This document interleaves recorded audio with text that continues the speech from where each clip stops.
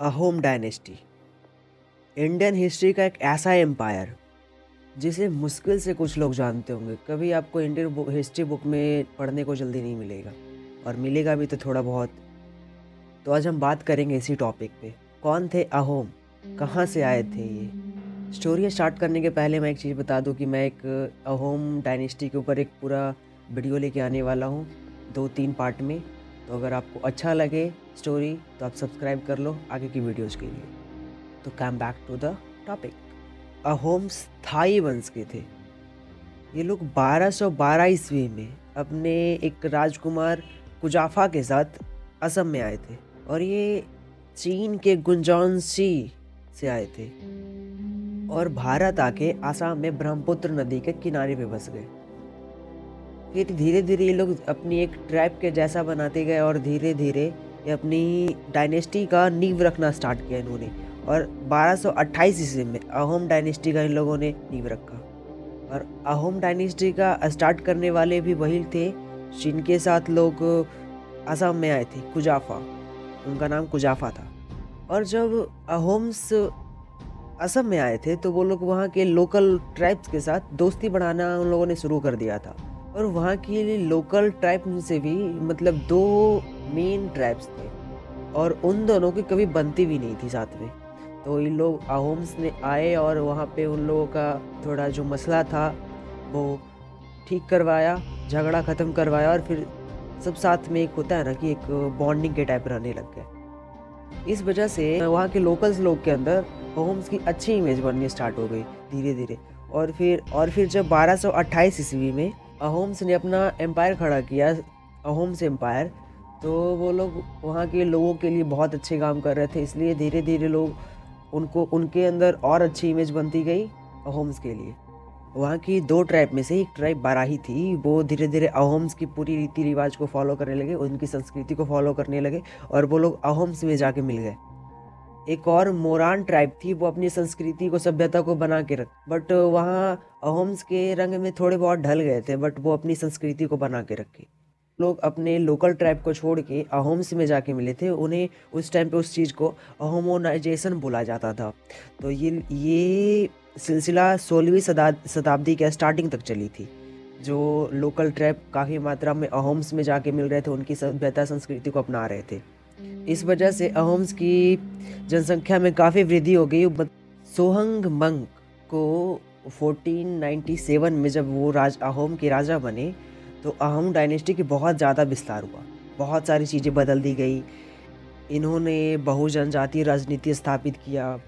And ये अहोम के पहले ऐसे राजा थे जो हिंदुत्व को अपनाए, मतलब हिंदू धर्म को अपनाए। हिंदुत्व को अपनाने के बाद उन्हें स्वर्ग देव बोला गया, उन्हें हेवन गॉड। और इसके बाद ये परंपरा चल गई कि जो अहोम्स के किंग होंगे उन्हें हेवन गॉड ही बुलाया जाएगा। इसके बाद वहाँ शांति स्थापित करने के लिए सभी को ये जरूरी समझ लगा कि धार्मिक इच्छाओं को सम्मान किया जाए।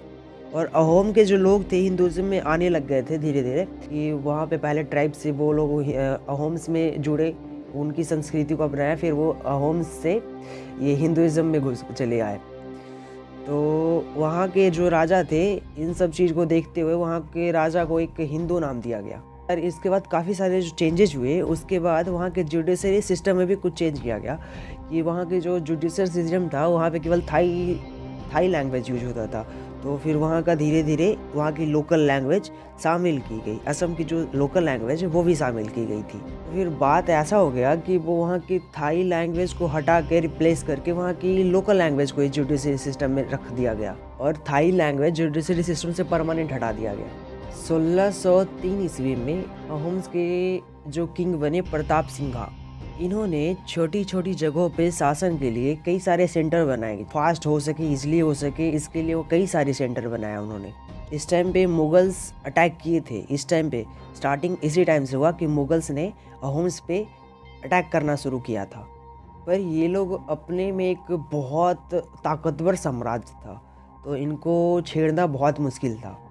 देन 6062 ईस्वी में अहोम्स किंगडम की जो राजधानी थी वहाँ मुगलों ने कब्जा कर लिया। फिर अहोम्स ने पलटवार किया और अपना कैपिटल गढ़गांव था उसको वापस लिया और साथ में पलटवार इतना तगड़ा था उनका कि वो लोग थोड़ा और अपनी बॉर्डर घसका लिए और आगे तक बढ़ गए। अहोम्स की कुछ और चीज़ इंटरेस्टिंग है कि मतलब वहाँ का रूल था कि जो युवा लोग हैं उनको राज्य के लिए कुछ ना कुछ करना पड़ता था, बट वो उनकी एबिलिटी पे डिपेंड करता था कि वो क्या कर सकते हैं। इस काम करने के बदले जो राज्य के लिए काम करते हैं उसके बदले उन्हें कुछ बंजर ज़मीन दिया जाता था, इसलिए दिया जाता था कि उसको उपजाऊ वो बना सके। अहोम का एक और चीज़ था कि वहाँ जुडिशरी सिस्टम था, इसमें कोई भी एक लिखित रूल और लॉ नहीं था। वहाँ का जुडिशरी सिस्टम बस कंट्री के कुछ कस्टम रूल्स और वो जज होते हैं उनके अपने समझ के ऊपर डिपेंड करता था कि वो किस चीज़ के ऊपर कितना बड़ा इल्ज़ाम मानते हैं, कितना बड़ा गुनाह मानते हैं, उसी के हिसाब से उसे सज़ा दी जाती थी। वहाँ के लोग हिंदुज़म में आ गए थे तो वहाँ कुछ ऐसे वैदिक रूल्स वगैरह हैं वो यूज किया जाता था जुडिशरी सिस्टम के लिए। अहोम्स के लिए बिहू एक इम्पॉर्टेंट फेस्टिवल थी जो कि आज भी आसाम में मनाया जाता है। इसमें जो अहोम्स की क्वीन होती थी वो शिव जी की आराधना करती थी, तो वहाँ के जो लोकल ट्राइब जितने भी ट्राइब्स वगैरह थे सब लोग आते थे एंड वहाँ अपने लोकल जो उनका कल्चरल डांस होता है, कल्चरल संगीत होता है, वो उसमें परफॉर्म किया जाता था। अहोम्स ने करीब 600 साल राज किया था आसाम पे, बट उन लोगों ने एक बार भी किसी और को उस बीच में आने नहीं दिया। इतनी पावरफुल थी वो, बट अभी तक हम उसके बारे में जानते तक नहीं थे। वो लोग 1228 से लेके 1826 तक राज किए थे और 1826 में उन लोगों ने अहोम्स एम्पायर को अंग्रेज़ों को हाथ में दे दिया था कुछ रूल्स वगैरह के बाद। इसके बीच में मुग़ल से बहुत सारी लड़ाइयाँ हुई, बहुत सारी, बट वो लोग पूरी तरह से उनको कभी कब्जा नहीं करने दिए। थोड़ी बहुत हिस्सा जाती थी, वो वापस रिवर्स अटैक करके वो वापस ले लेते, पलटवार करके वापस ले लेते थे। तो हम नेक्स्ट वीडियो में बात करेंगे कि मुगल्स और अहोम्स की लड़ाई कब कब हुई और किस किस शासक के साथ हुई। तो एक एक करके मैं वीडियो लाऊंगा। अगर आपको कहानी अच्छा लगा है तो आप सब्सक्राइब कर लो और ऐसे ही बने रहो। Thank you.